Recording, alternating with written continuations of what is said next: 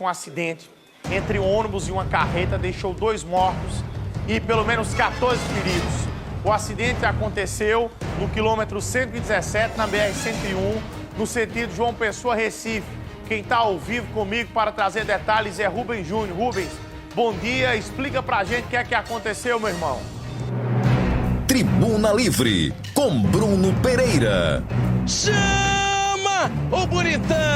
Bom dia, Bruno Pereira, bom dia, amigos do Tribuna Livre. Nós estamos na sede da Polícia Rodoviária Federal, aqui no Cristo Direito. Verdade, Bruno, um acidente ontem, uma colisão traseira envolvendo um caminhão e um ônibus aconteceu na noite de ontem, na BR-101, no sentido João Pessoa-Recife. O que acontece? Este caminhão carregado de sucata acabou sendo atingido na traseira por um ônibus que fazia a linha Natal-Maceió, ao chegar na altura do quilômetro 117, deixando o saldo de 2 mortos. Quem morreu?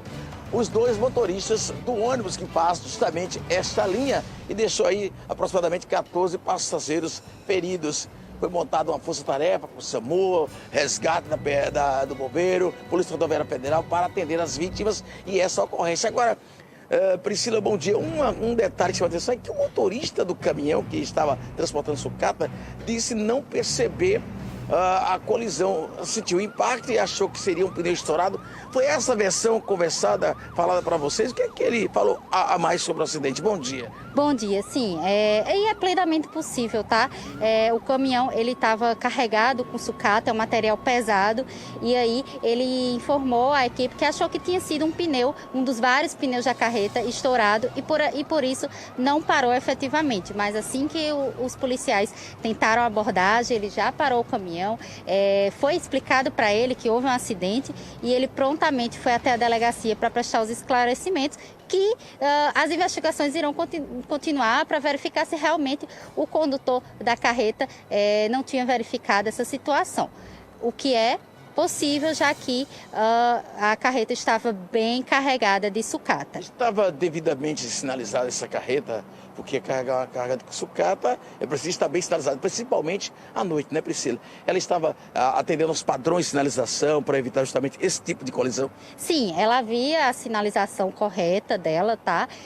Ainda vai ser investigado se algum tipo de luz não estava funcionando, algum tipo de situação, mas em relação à iluminação externa dela, estava ok a iluminação, tá? Os passageiros e os motoristas envolvidos, os 2 motoristas da empresa, infelizmente, morreram com o impacto da batida. Tem alguém da Paraíba, de onde eles são, já foram identificados? Não, eles ainda estão sendo identificados, tá? Infelizmente, os 2 motoristas vieram a óbito.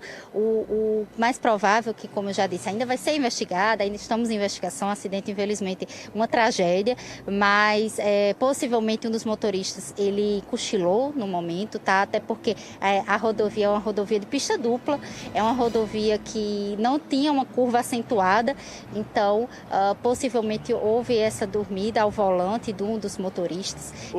Priscila, num caso como esse aí, é possível que, dependendo da perícia que vocês vão apresentar o laudo aí no prazo de 15 a 30 dias, pelo impacto da batida para causar aí 2 óbitos e mais aproximadamente 14 passageiros feridos, o ônibus vinha numa certa velocidade inadequada, talvez ali para o trecho.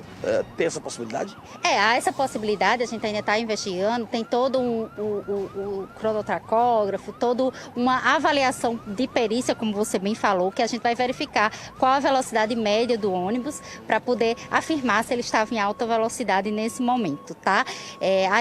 Como eu falei, a principal via é que realmente o condutor ele possa ter dormido ao volante, mas ainda vamos confirmar essa possibilidade, se não foi uma velocidade elevada ou outra situação do tipo, tá? É importante falar que foram ao todo 14 feridos, entre mais graves e menos graves, todos foram socorridos pelos bombeiros e SAMU, levados aos hospitais da capital, mas é importante frisar que a empresa ela não tem autorização da NTT e do DR para circular um itinerário tão grande entre Natal e Maceió, que era o itinerário do ônibus. Então, a empresa que estava transportando esses passageiros, ela não tem essa liberação para fazer esse tipo de transporte nesse trecho. E aí é algo que se agrava ainda mais a situação dessa empresa. Qual Qual foi a empresa envolvida? Você pode falar pra gente, Priscila? Infelizmente a gente não pode falar, mencionar a empresa, mas realmente ela não tinha autorização, tá? E por esse motivo é importante, fico alerta aí para os passageiros que usam esse tipo de itinerário interestadual, viagens mais longas, que procurem empresas realmente autorizadas, procurem saber nos sites. Os órgãos, eles fiscalizam. Nós podemos afirmar que se trata de um transporte clandestino de passageiros? Ela não é clandestina porque ela é autorizada para fazer transporte em menor escala, né? Em menor período. O período, as cidades, os quilômetros avançados, o longo percurso é que ela não pode fazer. Ela pode fazer outros trajetos menores, certo? Então, por esse motivo, ela não é irregular.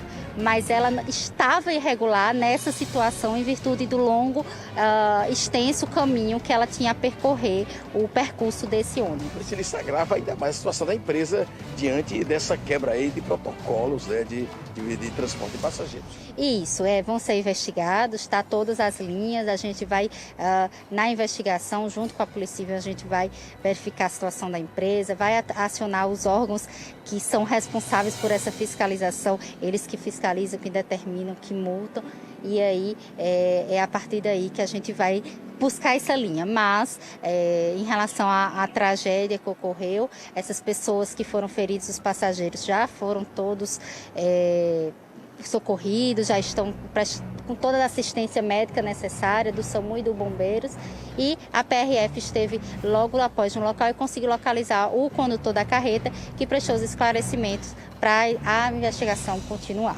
Priscila, obrigado. Daqui a pouco a gente volta, tem um outro assunto a tratar com você ao vivo. Exatamente. Vamos dar uma descansada, que você está dando entrevista a outras empresas. Daqui a pouco a gente volta com você, conversando sobre outros assuntos, tá bom? Tá joia, tranquilo, vamos lá. Portanto, Bruno, daqui a pouquinho eu volto com a nossa querida Priscila Machado, que é aqui inspetora da Polícia Rodoviária Federal e está nessa parte de comunicação e é sempre muito solícita. Então, em relação a esse assunto, né, nós já trouxemos os esclarecimentos necessários.